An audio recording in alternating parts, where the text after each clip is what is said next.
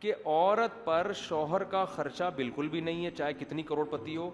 عورت پر اپنا خرچہ بھی شوہر کے ذمے ہے، چاہے جتنی کروڑ پتی ہو، اس کا اپنا خرچہ کس پر ہے؟ شوہر. لیکن علاج میں نہیں ہے ایسا. بعض خواتین کو یہ مسئلہ معلوم نہیں. جب عورت بیمار ہوتی ہے نا، علاج بیمار ہوتی ہے، اس کے پاس اگر پیسہ ہے تو شرعاً اپنا علاج اپنے پیسوں سے لازم ہے. شوہر پر، بیوی پر علاج کے لیے خرچ کرنا لازم نہیں ہے. ہاں جب خرچ کرے جب بیوی کے پاس پیسے نہ ہو. سمجھتے ہو گے نہیں سمجھتے؟ اب عورت کروڑ پتی ہے، علاج آغا خان میں چل رہا ہے، میاں بیچارہ خرچ کر کر کے اس کے بنیان بک رہے ہیں مارکیٹ میں، سمجھ رہے ہیں نا، وہ بنیان سے بھی گیا. یہاں بعض خواتین کی طرف سے پھر زیادتی ہوتی ہے. تو علاج کا جو خرچہ ہے، اگر پیسہ ہے، پیسہ نہیں ہے تو پھر تو شوہر کی اخلاقی ذمہ داری ہے، وہ بیچاری کہاں سے کرے گی. اگر اس کے پاس پیسہ ہے، دیکھو اگر عورت کے پاس 1 کروڑ روپے بھی ہیں، آلو پیاز ٹماٹر کا خرچہ پھر بھی کس کے ذمے ہے؟ شوہر کے ذمے، چاہے وہ رکشہ چلا رہا ہو، کیونکہ یہ نان نفقے میں آتا ہے. علاج نان نفقے میں نہیں آتا، سمجھتے ہیں؟ نان نفقہ کس کے ذمے ہے؟ شوہر کے ذمے، چاہے وہ غریب ہے. لیکن علاج نان نفقے میں نہیں آتا. ہر آدمی کا علاج اصل میں اس کے اپنے پیسوں سے ہوتا ہے. جیسے آپ اگر مر جائیں گے نا تو آپ کے کفن دفن کا خرچہ سب سے پہلے آپ کے خرچے پہ ہوگا. تبھی وراثت میں تھے سب سے پہلے کیا نکالا جاتا ہے؟ کفن دفن کا خرچہ. تو اسی طرح بیماری میں علاج کا خرچہ سب سے پہلے کس پر ہے؟ آپ پر. آپ کے ابا بیمار ہیں تو ان کا علاج سب سے پہلے ان کے پیسوں سے ہوگا. اماں بیمار ہیں تو اماں کا علاج سب سے پہلے اماں کے پیسوں سے ہوگا. بھائی بیمار ہے تو بھائی کا علاج سب سے پہلے بھائی کے. آپ بیمار ہیں تو آپ کا علاج سب سے پہلے آپ کے پیسوں سے. وہ ختم ہو جائیں پھر ادھر ادھر تعاون ہوگا. تو یہ بھی ایک اہم ترین مسئلہ ہے جو ہماری خواتین کو معلوم نہیں ہے. ایک افراط و تفریط ہے نا. یورپ میں شوہر اپنی بیوی کو 5 روپے کی چائے بھی نہیں پلاتا، اور ہمارے یہاں پورا ہی نچوڑ لیا جاتا ہے میاں کو. تو اعتدال اس میں ضروری ہے. تو اس لیے خواتین کو بولو کہ جب علاج ہونا تو پھر پہلے اپنے پیسے. لیکن ہمارے ہاں مرد الحمدللہ ایسا کرتے نہیں ہیں. بیوی کے پاس پیسہ ہو نہ ہو پھر بھی مرد اپنا پیسہ خرچ کرتا ہے. دیکھو غیرت کے ساتھ زندگی گزارو، خدا کی قسم مزہ نہ آئے پیسے واپس. جو آدمی 5 روپے کی لالچ کرتا ہے 5 کروڑ کی بھی وہی کرتا ہے. اور جو 5 کروڑ کی لالچ نہیں کرتا وہ 5 روپے کی بھی لالچ نہیں کرتا.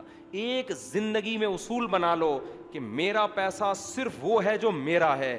کسی کی جیب میں کیا ہے، آپ کی بیوی کے پاس کہاں سے پیسہ آتا ہے، اس کے باپ نے اس کو کیا دیا، اس کے پاس کتنا سونا ہے، اس سے بے غرض ہو جاؤ آپ.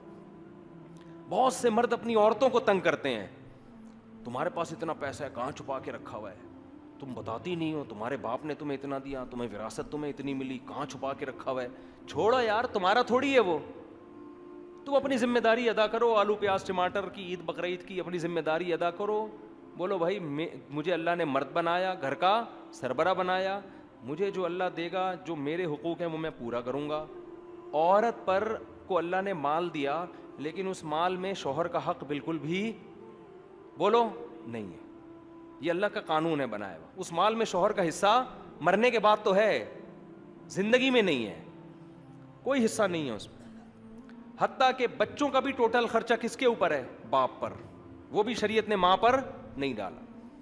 ہاں عورت کے لیے فضیلت ضرور ہے کہ وہ اپنے شوہر پہ خرچ کرے گی تو ڈبل ثواب ملے گا اس کو. لیکن مرد مطالبہ نہیں کر سکتا، وہ اپنے اختیار سے اپنے میاں کو دے دے کہ آپ بھی اتنا خرچ کرتے ہیں تو مجھے اللہ نے مال دیا ہے، کبھی ضرورت ہو تو آپ کی خدمت میں جناب کی خدمت میں. ٹھیک ہے نا. عبداللہ بن مسعود رضی اللہ تعالیٰ عنہ کی زوجہ حضرت عبداللہ بن مسعود بڑے مسکین تھے. ہمارے نبی صلی اللہ علیہ وسلم نے خواتین کو ترغیب دی صدقہ خیرات کی. تو حضرت عبداللہ بن مسعود کی زوجہ حضرت زینب وہ نبی کے گھر آئیں اور پوچھا یا رسول اللہ. اچھا انہوں نے حضرت عبداللہ بن مسعود سے پہلے پوچھا کہ میں آپ کو صدقہ دے سکتی ہوں، آپ میرے شوہر ہیں، کیا نبی سے آپ جا کے پوچھ لیں گے؟ عبداللہ بن مسعود کو شرم آئی کہ میں اپنے بارے میں کس سے جا کے پوچھوں؟ نبی سے، کہ میری بیوی مجھے پیسے دینا چاہتی ہے، کیا اس کو صدقے کا ثواب ملے گا؟ غیرت تھی صحابہ نے فرمایا میں نہیں پوچھوں گا جا کے، یہ مجھے شرم آتی ہے اس سے ایسا پوچھتے ہوئے، تم نے پوچھنا ہے تم ہی جا کے پوچھو. لیکن ان کو کہا کہ نام نہیں بتانا, کہ میرے بارے میں ایک حیا آتی ہے نا انسان کو, میرے بارے میں نہیں بتانا, ایسی کامن مسئلہ پوچھنا. تو حضرت زینب چلی گئیں رسول اللہ صلی اللہ علیہ وسلم کے گھر پہ. حضرت بلال خادم تھے, باہر نکلے, کون ہو, کیوں آئی ہو, نام نہیں بتایا. بتایا کہ بھائی ایک عورت اپنے شوہر پہ اگر پیسے دیتی ہے تو اس کو صدقے کا ثواب ملے گا کہ نہیں ملے گا. نبی نے پوچھا نام پوچھ کے آؤ, کون پوچھ رہی ہے. نبی نے فرمایا حضرت بلال سے نام پوچھ کے آؤ, ٹھیک ہے نا. اب وہ چاہ رہی تھی کہ نام نمایاں نہ ہو تاکہ شوہر کے راز فاش نہ ہو نا. ہوتا یہ ہے نا کہ جو عزت دار لوگ ہوتے ہیں وہ نہیں چاہتے اس طرح شوہر کا نام فاش نہ ہو. تو انہوں نے پھر صرف اپنا نام بتایا, زینب. پوچھو زینب آئی ہیں, تو تاکہ مدینہ میں تو بہت ساری زینب نام کی عورتیں تھیں. حضرت بلال نے جا کے نبی سے عرض کیا یا رسول اللہ, جو خاتون مسئلہ پوچھنے آئی ہیں ان کا نام ہے زینب. آپ نے فرمایا ایو الزیانب, کون سی زینب, مدینہ میں تو زینب نام کی خاتون بہت ہیں, ان سے پوچھو کون سی زینب. شاید نبی اس لیے بھی پوچھنا چاہ رہے تھے کہ شوہر کا تو پتہ چلے کس شوہر پہ خرچ کرنا چاہتی ہیں, شوہر کا تو پتہ چلے. تو حضرت بلال نے آ کے پوچھا, نبی پوچھ رہے کون سی والی زینب. پھر انہوں نے فرمایا کہ عبداللہ بن مسعود کی بیوی. حضرت بلال نے جا کے بتایا, نبی تو خوش ہوئے, وہ تو چاہتے تھے عبداللہ بن مسعود پہ خرچ ہو. تو آپ نے فرمایا حضرت بلال سے ان کو بتا دو تمہیں 2 اجر ملیں گے اگر اپنے شوہر پہ خرچ کرو گی, ایک صدقے کا اور ایک رشتہ داری جوڑنے کا. رشتہ داری جوڑنے میں میاں بھی تو آتا ہے نا, وہ بھی تو رشتہ داری ہے نا وہ بھی کیا ہے.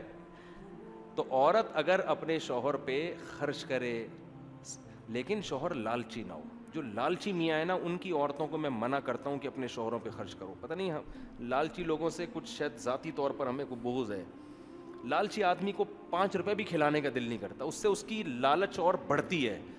مستغنی ہو آدمی, عورت کے مال پہ نظر نہ رکھے, پھر عورت کو چاہیے اس پہ بھی, بلکہ عورت کچھ اگر شوہر غیرت مند ہے عورت کو بولے بھائی میرا مال میرا ہے ہی نہیں, ہم اور آپ ایک ہیں تو مال بھی ہمارا کیا ہے, ایک ہے, آپ کو جب ضرورت ہو آپ لے لیں. عورت کو تو یہی کرنا چاہیے, لیکن مرد کو چاہیے وہ اپنی بیوی کے مال پہ نظر بولو نہ رکھے. کوئی کسی نے کوئی سوال پوچھنا ہے تو بھائی پوچھ لے. بچے کی پیدائش پہ جو خرچہ ہوتا ہے وَعَلَى الْمَوْلُودِ لَهُ رِزْقُهُنَّ, قرآن کہہ رہا ہے باپ پہ سارا خرچہ ہے. سمجھتا ہے باپ. بھائی میرے بارے میں ایک پوسٹ چل رہی ہے کہ میں نے کوئی مولانا فضل الرحمان کے بارے میں یہ کہا ہے کہ علماء کو انہوں نے بدنام کر کے رکھ دیا, یہ کر دیا. جھوٹی پوسٹ ہے, ایسی کوئی میں نے بات نہیں کی ہے, سمجھتے ہو. تو جب بھی کوئی ایسی پوسٹ دیکھا کرو نا, نیچے لوگوں نے گالیاں دی ہوئی ہوتی ہیں. میں یہ سیاسی تبصرے پوسٹیں بنا کے کرتا ہی نہیں ہوں. آپ کو جس لیڈر سے عقیدت ہے آپ اس کو ووٹ دیں, محبت کریں, مجھ سے نہ پوچھیں, لیکن میں نے ایسی کوئی پوسٹ نہیں چلائی ہے. اسی طرح میں نے یزید کے بارے میں نہیں کہا کہ وہ جنتی ہے, یہ بھی میرے خلاف جھوٹی پوسٹ چلائی گئی ہے کہ مفتی صاحب نے کہا ہے کہ قسطنطنیہ میں چونکہ جہاد میں شریک ہوا تھا لہذا جنتی ہے. تو میں نے ایسا کچھ بھی نہیں کہا. سمجھتے ہو کہ نہیں سمجھتے؟ تو یہ غلط پوسٹ چلائی گئی ہے. ٹویٹر پہ میرے نام سے فیک اکاؤنٹ بن کے لوگ وہ کر دیتے ہیں. ایک نے یہ کہا تھا کہ مفتی صاحب نے یہ کہا ہے کہ مولانا فضل الرحمان مسلمانوں کے ہیرو ہیں, ان کو ووٹ دیں. یہ بھی میں نے نہیں کہا تھا. نہ میں نے ان کی مخالفت میں کچھ کہا ہے اور نہ میں نے ان کی حمایت میں کچھ کہا ہے. سمجھتے ہو؟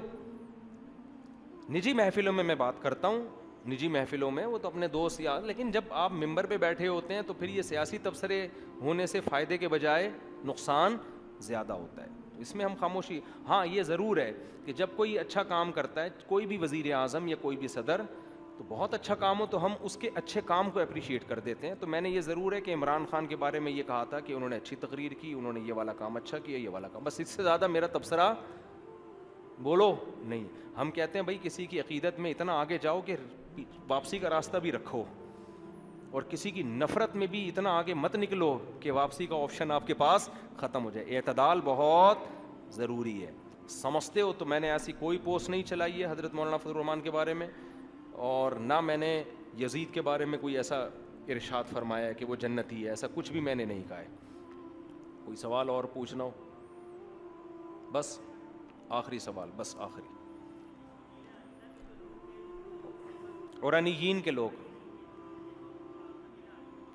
جی جی مسلح کرنے سے منع کیا, وہ منسوخ ہے حدیث. جی جی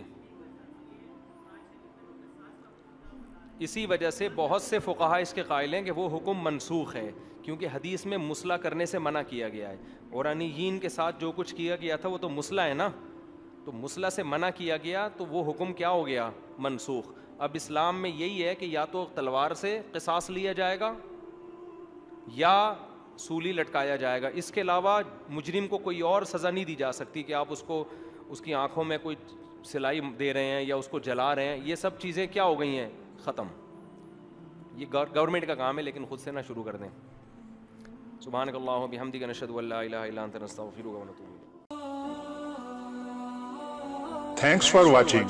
Please subscribe, like, share Mufti Sufyan.